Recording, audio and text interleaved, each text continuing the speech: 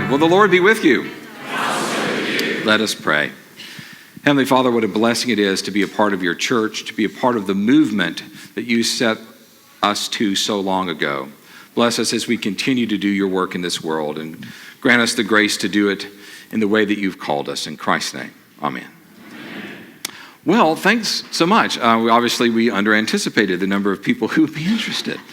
So thanks for those who volunteered to drag some chairs out and help. So we've been going through the summer, lots of little things have happened, and the staff and I just thought it would be helpful to have a time before the fall kicks off to talk about what we've been doing over the summer and what the fall is going to look like. It's not radically different, but nevertheless, there'll be some things that are slightly different, and I just thought we'd go over those things. The first thing to sort of talk about is the fall schedule. So, and you can sort of see it's a little bit different now, because if you'll recall, the last time we had one of these forums, we changed the service times around. We're not doing that, so we're good. But moving the service out of the parish hall, as we sort of sat down and thought about the fall schedule, we realized that actually changes the dynamic of some things. So we had that issue facing us, and then we also have had an issue with attendance in Sunday school. It's been sort of falling over the years. And so as we sort of talked through and workshopped those things, we came up with this schedule, which is 7:30, right one, as it always has been in perpetuity. Then breakfast here in this room around tables like we have out, but obviously we'll put more tables out, depending on the occasion perhaps. But breakfast in the parish hall, followed by Rite 2 with choir and the children's sermon in the nave at 8:45. Then 10:15 is the Christian education hour, adults in the parish hall around the tables so that you can come and sit on the tables like you have them now with coffee and take notes if you're so inclined, or at least be able to be present and be in a relaxed atmosphere. And then the kids will start in Tilson, and I'll get into more of that later. And then the youth, of course, are upstairs. So that education hour is open, and it happens by moving breakfast in here, and then by moving coffee hour in the hallway outside of the parish hall, is that it does free up Tilson to be able to do something for Sunday school, and we'll talk about that in a second. Then, of course, Rite 2 with choir in the nave at 11:15. That traditional service is coming back like we'd said before. And then 5 o'clock, we're calling it Rite 3. I'll get into that in a second. Rite 3, evening prayer with communion and acoustical music. And then, of course, following that is EYC at 6 o'clock, and Jillian can talk a little bit more about what that looks like. It looks the same as it always has, but I'm aware as I sort of move around St. John's into the different circles that comprise the church that not everybody is aware of everything that happens, right? And so it's helpful to sort of reintroduce you to things from time to time. Now, let me just address briefly before I go into other things, what is Rite 3, evening prayer with communion, acoustical music? Well, lots of churches, Episcopal churches, have something that they affectionately call Rite 3. It's because they don't have another name for it, and so we just jumped on the bandwagon. But if you open your prayer book and you flip through it, you'll see Rite 1, then you'll get all the way to Rite 2. Then if you keep going past Rite 2, you get to the prayers of people. And if you go past that, you get to something called communion under special circumstances. That's what our lay Eucharistic visitors do when they go out and visit people who are ill or homebound. And then if you flip past that, there's something called a form for celebrating Holy Eucharist that nobody ever knows about. It's been secretly tucked in there for years. And you've been blissfully unaware, but it is there. And in fact, it has been a part of the contemporary service when we had that in the past. I would sort of think people played with that. But the hope is to take the gist of what happens in those forms, which have a little bit different language to them, and blend them with evening prayer, that format, and set it in the nave with acoustical music that's contemporary in genre maybe, but a little bit more mellow in sound for the evening. We've done it, 3 times now? Does that sound right? 3 or 4, and it is really nice. You get the nave, you get the sun coming in with sunset, you get this sort of quiet space. It's a little, it's like a salad. It's got a little mix of contemplative in there, a little mix of contemporary, a little evening prayer and communion there with it too, and it really has a nice blend that's working well. That service is growing fairly well. It's up to close to 60 now.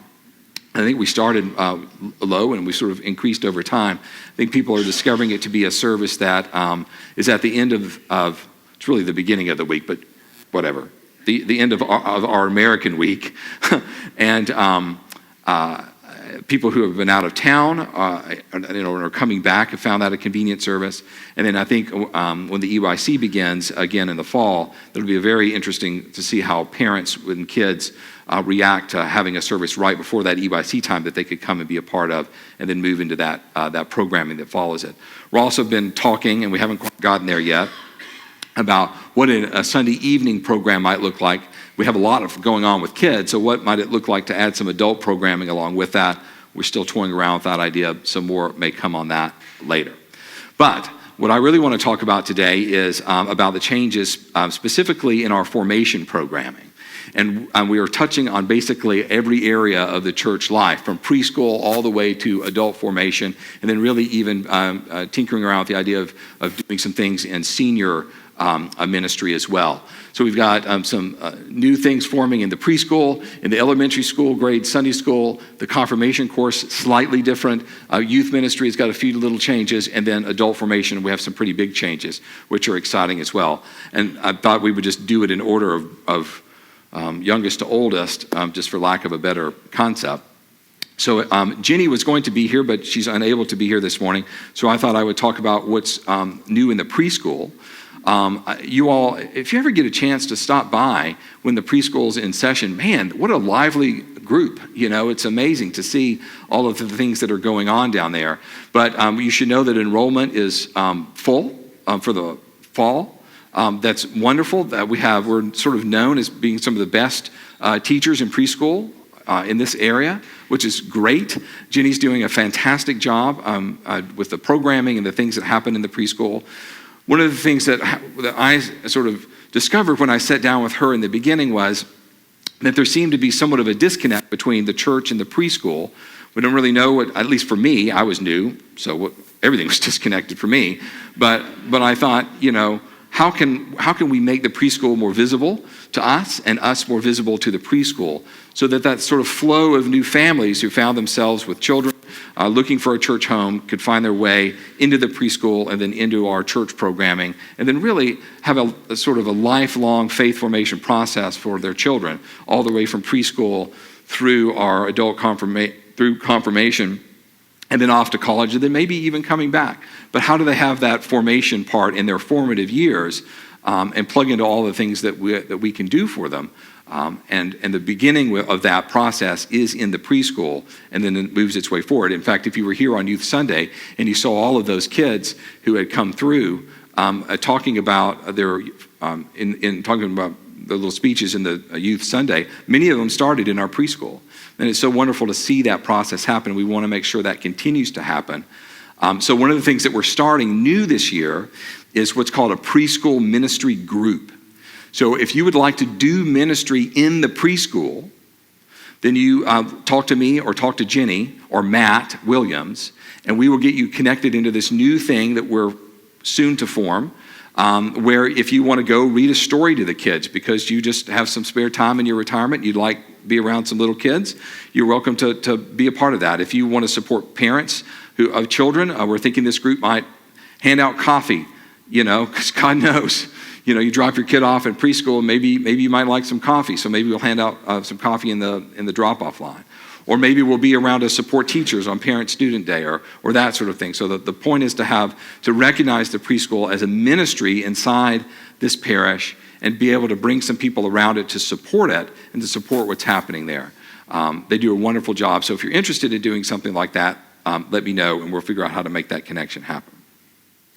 The next thing that is happening, and sort of move up from the preschool forward, is to look different for Sunday school.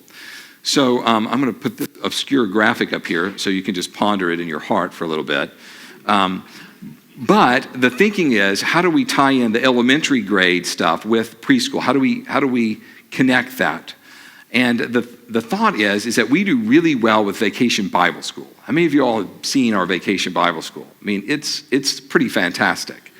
So the thought is how do we move from the sort of model that we've been doing of you divide grade up in the old Sunday school hallway and you sort of go into these different classes. And as I talked to the young families about that, the area is just, you couldn't get further away from the adult formation happening in this room. It's literally on the other end of the building and down a floor. So the thought was, how do we make it more connected? How do we make it more friendly for these kids? So the thought is, if we have Tilson free, that we can we can begin Sunday school in Tilson Hall, and then do what's called a rotational model. So imagine that that this month we're going to talk about fruits of the Spirit in Sunday school. So we begin in the parish hall. We have a Fruit of the Spirit song, and Jamie has volunteered to help do some music in the parish hall in Tilson Hall with the kids. So it's a Fruit of the Spirit song. We're learning that this month, and we sing our song. And then we break up into a rotation model. One of them is in the kitchen, and in the kitchen we're going to chop up fruit and talk about how there are different kinds of fruit, whatever, I don't know. We used to have a sign, Janine and I used to have a sign that hung on the back of our bathroom door, and it said, God wants spiritual fruit, not religious nuts. So I always think about that when I think about fruit. But so you would go to the kitchen station, that would be it. And then that might be a certain age of kids. And then the next age of kids goes to the craft station, and they're going to make a craft about fruits of the Spirit and learn about that. Then the other station is the theater station. And in the theater station, you're going to watch a movie about fruits of the Spirit. And then the next Sunday you come, and everybody that was in the kitchen station is now going to be in the craft station. And then the Sunday that follows that, you now go to the theater station. So you do all the stations, one theme, 1 month. This isn't exactly, I know they're on 3 weeks a month. Just go with it. And it's not always going to be kitchen, craft, theater. It'll be different things depending on the theme. So if you're a teacher, you teach one lesson in the kitchen 3-4 times, and then you're done. So it's a benefit to people who are volunteering. It gives parents a way to drop kids off and pick them up in the same location. And because we know that people's lives are busy and that people, statistically speaking, make it to church once every 6 weeks, that we know that really, logistically, they're probably only going to get this once. Whether that's the kitchen station, the craft station, or the theater station depends on probably the football schedule. But nevertheless, they'll be able to get this theme. And so we'll move thematically. Now, what's nice about this is every month we can send home with the preschool. This month, we're doing a theme about fruit of the Spirit. If you'd like to learn about this, come send your kid to Sunday school. And so they get little notes home with them. And so they learn this song, and we can sort of tie that in.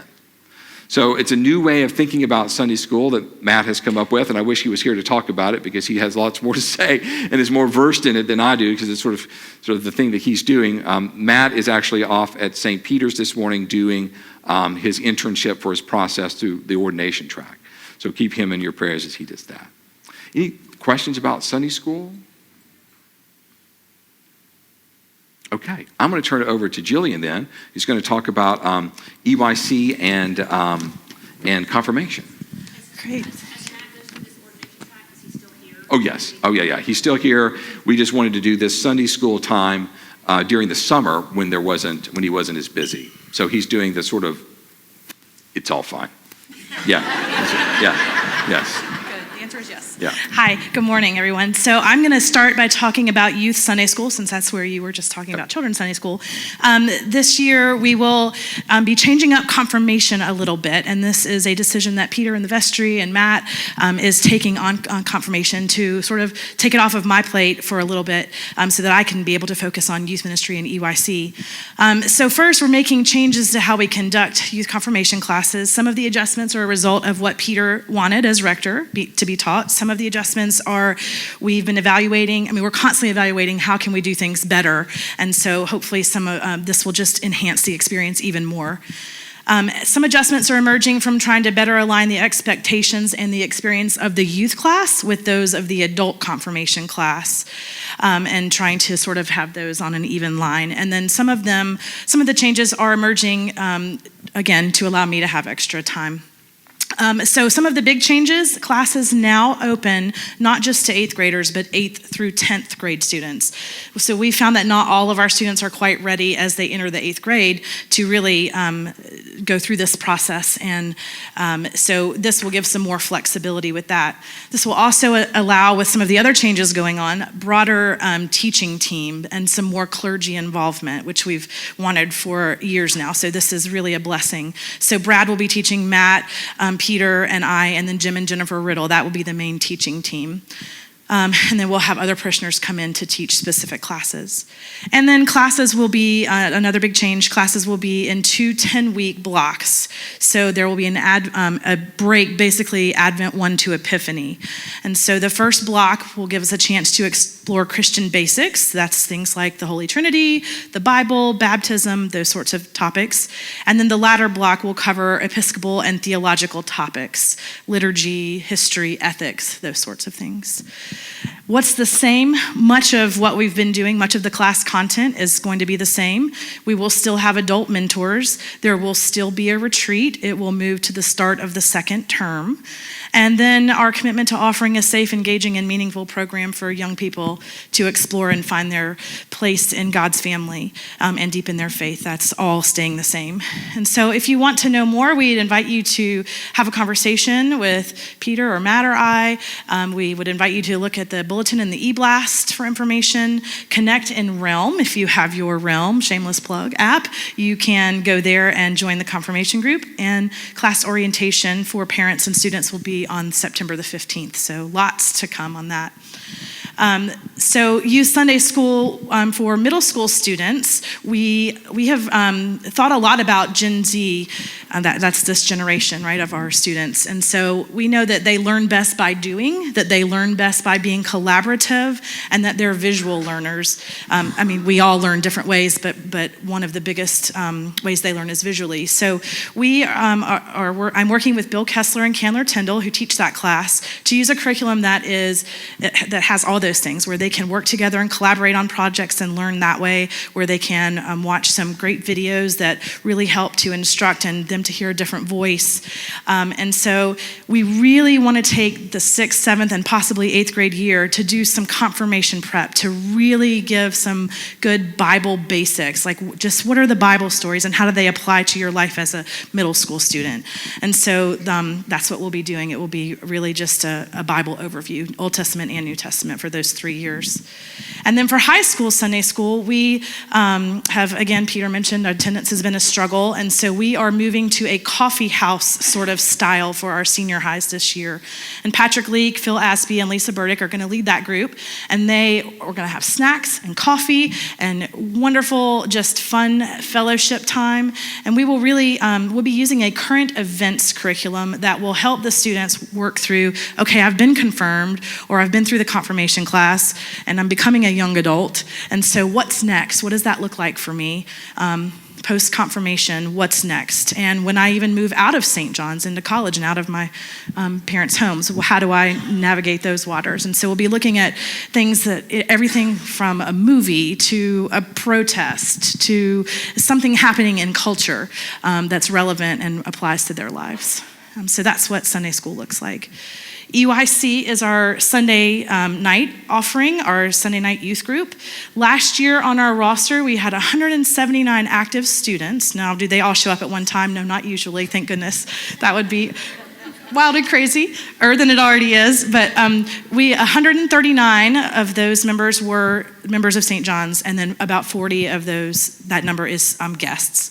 On a typical Sunday night, we see anywhere from 85 or 90 to 120 or so. It just depends on football and schedules and exams and things like that. We have 30 advisors, and we have 4 families that come in and cook dinner for our students each week. So it really is a team effort, and it takes a village, right? So we very much believe in that motto. A typical Sunday night, we will do food, a meal, and lots of fellowship. We have games, and then we work in small groups that we call crews, which are your grade and sex based. And then we have 2 advisors, mostly, per crew. This year, I'm still looking for 2 male advisors. And I mean, what could be better than working with Jim Riddle, right? So if you're interested in that, 2 male advisors. We can work as is right now, but it would be great to have 2 extra hands on board. So please see me if you're interested in hearing more about that. We are very excited for the opportunities that the 5 o'clock service is bringing our way, and to see how we can partner in that worship experience. For example, we're going to maybe have youth involved in reading scripture and those kind of things, but also it gives us an opportunity to have parent forums on Sunday evenings. So we've got currently October planned for a session with Tracy Reed on what's next after high school. And in November, we're doing a session on praying as a family. And so those are topics that we'll be able to hopefully address that will be relevant and meaningful for parents. I think that's all I have. That's it. Questions? Thanks. Great. Okay. I just wanted to, I wanted to say one thing for sure. We're not taking confirmation away from Jillian because there's something wrong there. We're taking it away because of this list I want to read you. So here's what she does. There are 22 youth nights, like she said, with dinner and games, both high school and middle school. So you had to almost double that. Then you've got 3 off-campus events, a high school fall retreat, a middle school fall retreat, a fall Thanksgiving event, 4 EYC events, a winter retreat, the Room of the Inn nights, 2 to 4 regular crew nights, the huge Fill the Bowl event, the pancake supper, the Lenten prayer friend, the party with a purpose in alternate years, a high school beach trip, a middle school beach trip, a high school mission trip, a middle school mission trip. One of those is overseas, possibly. The senior trip, the summer pop-up events, Youth Sunday, leadership planning teams that are ongoing throughout the year, 29 middle school and high school and Sunday school supervisory groups, and then the outreach mission trip through the diocese. I mean,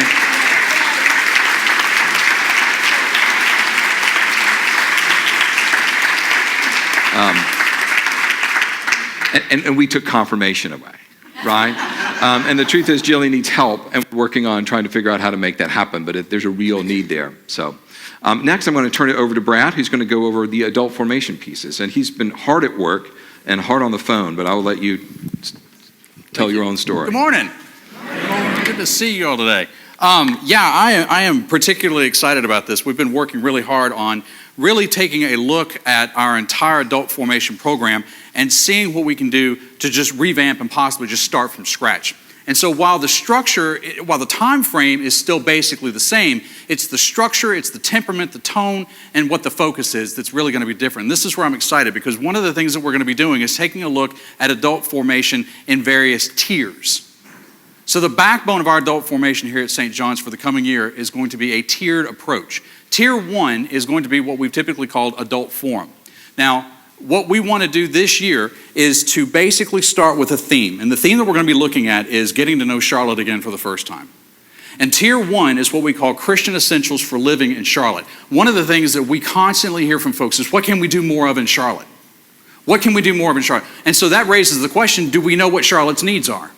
Now, a lot of us have got pokers in all kinds of fires throughout Charlotte, but what I'm looking at is, as a congregation, are we united in terms of understanding our role as St. John's Parish in the community that is Charlotte? And do we have any understanding of the various communities that exist within Charlotte, much less the communities that we live in ourselves? So what I'd like to do is I'd like to have us start at sort of the 50,000 foot level this year with Christian Essentials for Living in Charlotte, so that we can begin to have speakers come in and begin to light fires that we can then go off to the side and go, you know, that speaker came in to talk about that particular subject. I thought I knew something about that. There's a lot more there than I realized. This is a much thicker issue than I thought. So to that extent, I wanted to start out with our politicians. And I made it very clear that I'm not interested in stump speeches. I'm like, I want you all to come and be with us. And when I say you all, I don't mean as a group, right? But I want you to come and be with us one at a time and start us out at the 50,000 foot level. Tell us what you see in Charlotte. Let us see Charlotte through your eyes. So just to give you an example, the first Sunday, which is going to be September 8, I've got Tariq Bakari, who oversees District 7, who's going to be coming in. District 6, who's going to be coming in. The weekend after that, I've got Ed Driggs, who's going to be coming in. I've put out an invitation to Braxton Winston, who's yet to respond to me, but I've invited him as well, and hopefully he'll be able to make it. But I've also got Mayor Vi Lyles will be coming in as well. Now, with that in mind, every so often what we're going to do is we're going to take a step back from the series of speakers that we've got coming in and do basically a follow-up and a debriefing. And that would be Peter and me and possibly other people coming in to debrief with us. So, for example, after we get the politicians in here, right, I'd like to get the city manager who I've asked to come, and he said, let me get back to you on Monday, so I'm kind of like waiting by the phone tomorrow, to see if he'll come in and do a team tag follow-up with us to say, okay, look, you all heard a lot of stuff from some good folks. Let's talk about how St. John's might be able to get involved. In other words, what did you see? What did you hear? How is the Spirit catching your attention? Now, once we move past that 50,000 foot level, and this gets back to the whole three-tiered approach of going deeper, deeper, deeper, deeper, deeper, we're going to start moving to some specific subject matters. Just because of the way the schedule worked out, during that period of time when we've got some of our city leaders coming in, I've also got Racial Equity Institute coming in, who's going to help us take a look at racial issues in Charlotte. This is absolutely vital if we're serious about being members of a community. We need to understand what the dynamics are amongst our communities within Charlotte. And so to have Chuck Collier come in, who is the leader of Racial Equity Cabarrus, which was an institute program that I took this past spring, I can't speak highly enough about it. Because where Racial Equity Institute's approach comes in is not so much on behavior. They're not interested in coming in and saying, you're racist. That doesn't work very well. What their approach is do we understand the racial biases that are inherently part of the very social structures and legal systems that we are implicit in participating in? Now that's a tough conversation to have. But it starts with, are we aware of the systems themselves and how they can lean, how they can advantage, how they can disadvantage people? Now that's a very different approach. And so Chuck's going to be coming in to talk about that with us. Once we pass by Chuck and pass by the mayor and then hopefully pass by the city manager, we're going to be doing a deeper dive with Charlotte Family Housing. And so I've invited somebody to come in there and talk to us about all the issues that have to do with equitable housing here in Charlotte. We're also going to be taking a look at urban ministries and taking a look at homelessness in Charlotte. I've asked somebody to come in to be part of that as well. As we move on through the semester, we're going to be bumping into vestry elections. We're also going to be bumping into meeting the candidates. We've got Thanksgiving, of course, coming in there, Advent series that Peter and I are going to be doing together. And then as we move on through, we're going to be taking a look at immigration issues. And so I've got 2 weeks set aside to specifically look at immigration issues here in Charlotte, and do we understand the complexities and circumstances behind those individuals who are trying to settle here in our communities. We've got the annual meeting, of course, coming up, and then we move into the next semester where we continue to do some deep dive, in which case we'll be looking at some healthcare issues.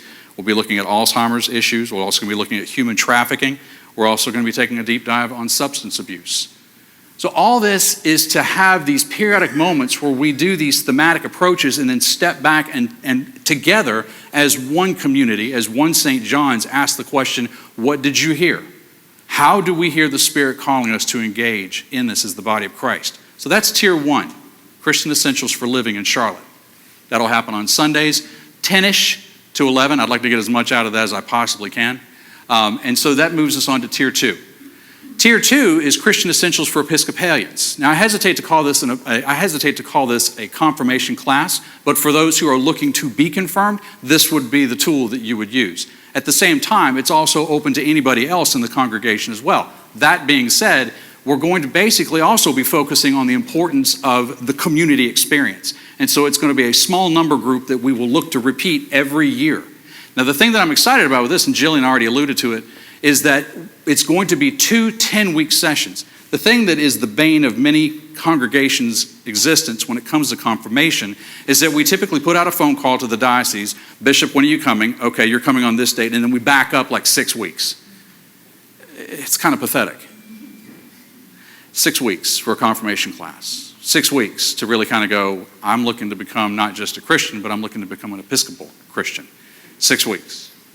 So one of the things that we've been batting around actually for a couple of years is what could we possibly do to get our youth confirmation and our adult confirmation in line on the schedule so that we as a congregation can actually lift them up in the liturgy. Lift the people up who are participating in our confirmation programs in the liturgy, in the prayers of the people, in the ceremonies at the beginning, in the ceremonies during the middle, in the ceremonies at the end of their time going through confirmation class. So this particular tier 2 is called Christian Essentials for Episcopalians. And for us, for the adults that is, the first 10 weeks is based on love of God. And so we'll be looking at theology and doing theology. We'll be looking at worship. We'll be looking at liturgy. We'll be looking at sacraments. We'll be looking at history. And then the second semester is the next 10 weeks, which is love of neighbor. And we'll be taking a look at what the Episcopal Church does specifically, what the Anglican Communion does specifically in caring for our neighbor. In which case, we'll also be looking at ethics, we'll be looking at pastoral care, we'll be looking at systems and health systems approaches. So I'm very excited about this. So be on the lookout in your newsletter, which is coming out thanks to Rebecca for that. The other way to think about Tier 2, Christian Essentials for Episcopalians, is not just confirmation, but also think of it as EFM lights. We've had EFM here before. And how many of you all have had EFM here? Or at all? Let's put it that way, whether it's here or not, right? I certainly have been exposed to EFM, and I love it. I would love to get EFM back here at St. John's. And so to that extent, we are in the process of raising up people who would like to be mentors and certified by EFM out of Sewanee to become mentors and leaders of groups here. And so that is something that probably will not happen in the fall because we're still getting these people certified, but look to happen in the spring. So be on the lookout for that. As Peter also alluded, I'm in conversation with some folks to talk about what could we possibly provide by way of a formation experience and a platform for our seniors here. I hesitate to use the word seniors, but what can we do here at St. John's to address a different demographic on the other end of the spectrum? And so I'm in the process of talking with some folks about that. We're also talking about bringing in financial peace as well as a regular offering. Financial peace is not about whether or not you've got financial problems. Financial peace is about how we steward our gifts from God. That's all it is. And so we're looking to possibly bring that in the spring. So this three-tiered approach is sort of the backbone of our adult formation process. That in addition to 3 Bible studies, Lectio Divina, fellowship opportunities like the fly fishing group, Tai Chi, yoga, keep naming them, DOK, what else have we got out there, right? We've got a ton of things that are going on, and I would encourage you to look at Realm because the list of all the group fellowship activities is really numerous. And one of the things that I always hear from folks is we need to do X, Y, and Z. And I'm like, have you looked to see that we're already doing X, Y, and Z? And that's one of the things I'm really excited about with Realm is that Realm brings before us all the things that are already happening that we can engage in together. So be on the lookout, like I said, with the newsletter that Rebecca's been putting together because there's some exciting stuff that's coming down the road and we're looking forward to doing it together. Thank you. He didn't mention men's group, which is up there, but that's in the works as well, and more to be learned about that. Finally, I just have a list of sort of other items, if you will. Realm and the kiosk are on there. I think by now people are starting to get that. I hope you are. If you haven't had a chance to log in to Realm, let Laura Pruitt know, wherever she is. I saw her earlier. I see Jeff over there. There she is, right back there. So let her know, and she can help you make that happen. Again, not only is it a directory by which you can find your fellow parishioner, it is also a system by which you can look at your the financial gifts you've given to the church, and you can find groups and connect with those groups. And when you are connected to those groups, then you're able to communicate differently and more effectively with one another. So I hope that you will connect and be a part of that. Also wanted to talk about property issues. I know last time we did this, I talked about the stained glass window, and I often hear people say, what's happening with the stained glass window? Because nothing physically is happening with the stained glass window. And it turned out that the person that and I've said this before other places, but the person that we thought we were going to get to fix it wasn't able to do that. It was too much of a project for them. Good for them. It's okay to say, I can't take this on. It's worse to try to take it on and fail, right? So fortunately, David Dwyer, who was right there, stepped into the breach and has been interviewing lots of different companies, like 5 or 6, to come out and give estimates, not only on that window, but on all of our windows, so that we have a good idea of what needs to be done now, and then have a sort of a timetable for taking care of them as we move forward. We're just now barely beginning to get prices back, but I don't want to put anything, a horse ahead of the cart, or however that phrase goes. Anyway, cart ahead of the horse. That's it. So just know that you'll be hearing more about that later as those final bids come in and we sort of orient ourselves to the window issue. But there are other things going on as well. You may know if you've ever walked through the preschool hallway, you'll see, and I don't know do I have a picture? You'll see some leaking down there. I don't have a picture of it, but we have a roof issue. And in fact, you may not have ever been on our roof, but I have. because I said, I'm going on the roof. So I went on the roof. And if you crawl out Jillian's little hole up there in her world, that's what you see. What you see is these interesting AC units that are brand new, that you may remember we got new units. Well, there they are. You see the two little peaks. That's these little peaks here, and then there are AC units above us. And as you sort of take the tour on down and you look, this is over the kitchen, looking down at Tilson. Tilson is the eaved roof beyond us, and this is right over this space.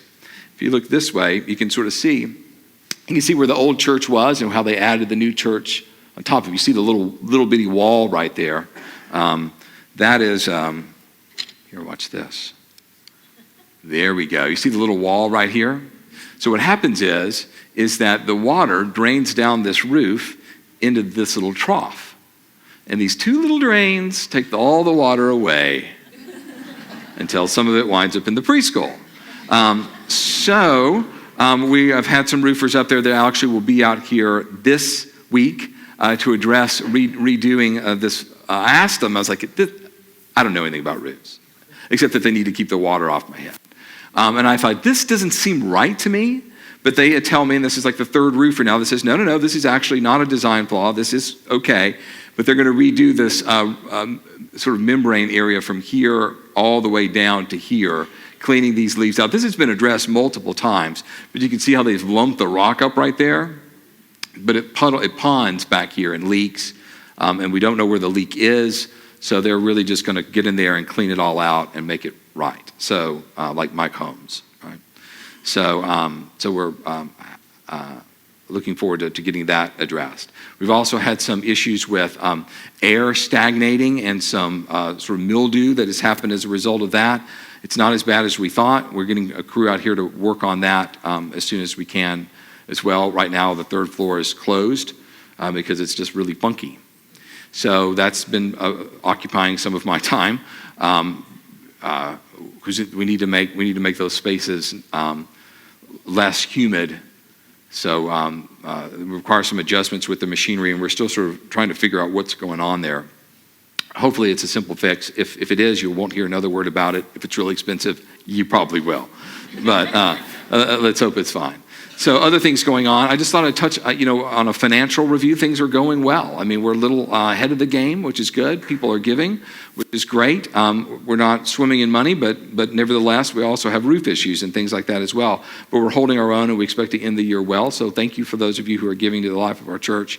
It is being used well, and it is deeply appreciated. Other things going on, we have a calendar of events, a couple things to mention on there. The new stewardship, we're not calling it homecoming. I don't know what we're calling it.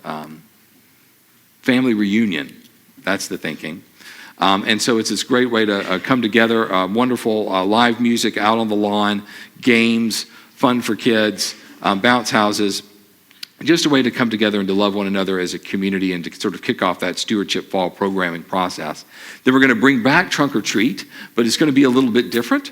It's going to be more of an outreach to the community event. So hopefully getting all of you to sign up and come and decorate your car. Well, not all of you because we don't have that many spaces, but hopefully lots of you will. And then we can reach out to the community and give them a safe place to come and do some fun fall activity. If you're interested, I hope that you will see Matt Williams, who's heading that up as well. Also want to talk briefly about outreach. The outreach committee had sort of gone away. It had just sort of faded into the background of all the other things that had been happening. It was Matt Williams' task to bring that back. He has done so. He's continuing to sort of be the de facto leader, liaison to that group through January, until in January we can begin new leadership for that group, and then we can be on a leadership rotation with it.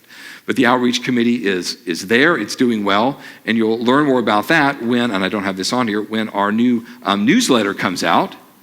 It's actually printed, and it's on paper, and you can flip through it, and it will come in the mail. This amazing technology. So I know it's, and it is nice. It's wonderful. There's a wonderful article in here about outreach that you can't read it yet. It's not quite done yet, but Rebecca has been working very hard on this. There's still some spaces that need to get filled and some things, so it's not quite done.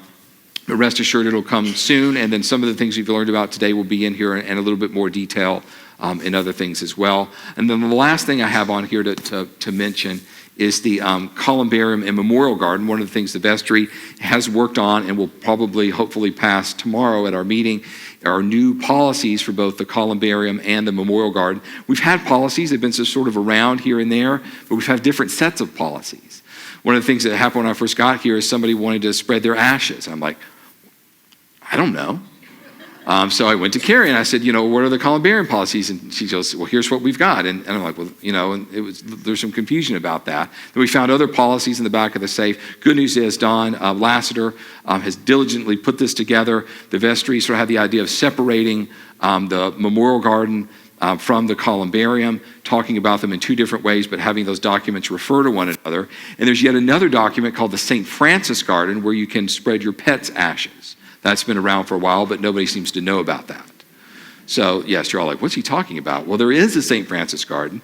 If you walk out the door and you head that way, and you just keep going, you'll find this little place of grass, and you'll see a St. Francis statue, and that's the area.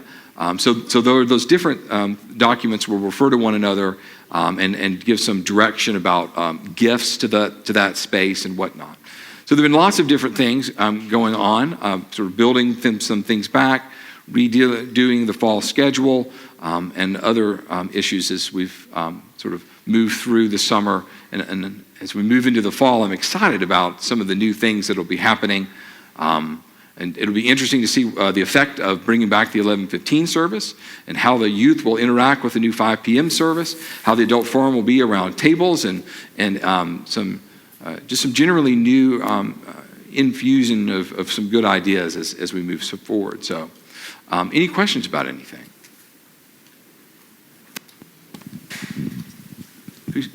Oh, somebody had a question. Oh, good. We want to use the mic because we're recording it and the sound will pick up if you do that. Tell us a little more about other groups who are using our church, be they AA or Scouts, etc. Yeah, so right now we have, that, and I'm just thinking off the top of my head, Boy Scouts, AA, we have an Overeaters Anonymous, anybody, what's that? Al-Anon, Cub Scouts, the Camera Club. Those are the more consistent groups that use the church. But there are other people that will book it from time to time. We have a building use policy, turns out, and people will sometimes request a room for, their social sorority that they're in, or I don't know, a book group or something that meets, Bird Watchers Anonymous or something, I don't know. Right, so, and then we will follow our building use policy. And if it's just a benign group, fine, there's a fee and those sorts of things. So, yeah. We have yoga and Tai Chi that meets, so things get used in different ways. Yeah. Any other questions? Who's hungry and wants to go to lunch? That's it. All right. Well, thank you guys. God bless. I'll look for your newsletter and thank you.